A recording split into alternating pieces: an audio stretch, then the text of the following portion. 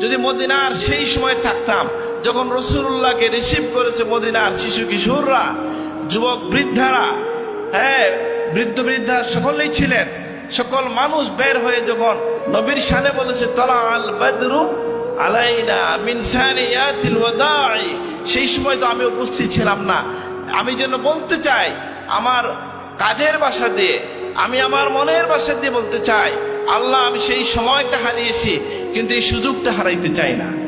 যে মিলাদুন নবীকে আমরা এই সুযোগ হিসেবে নেব, যে আল্লাহ রসুলের আদর্শের কথা আমরা তুলে ধরবো।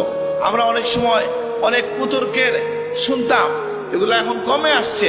আমি সব পক্ষকে আহ্বান করব, যারা মিলাদুন নবীর পক্ষে বলেন তাদেরকেও বলবো, আপনি আমি কাউকে আঘাত করে কথা বলবো না। আর যদি কেউ কোনো প্রশ্ন করেন সুন্দর করে তার উত্তর দেন। রাসূলুল্লাহ মুহাম্মদ প্রিয় নবী সাল্লাল্লাহু আলাইহি ওয়াসাল্লামের ভালোবাসা প্রকাশের জন্য, প্রিয় নবীর ভালোবাসাকে বিস্তারের জন্য, প্রিয় নবীর ভালোবাসাকে ধারণ করার জন্য যে কোনো বৈধ পন্থাতে আপনি এটা প্রকাশ করতে পারেন। আল্লাহ তাআলা তুমি কবুল করো, আমিন।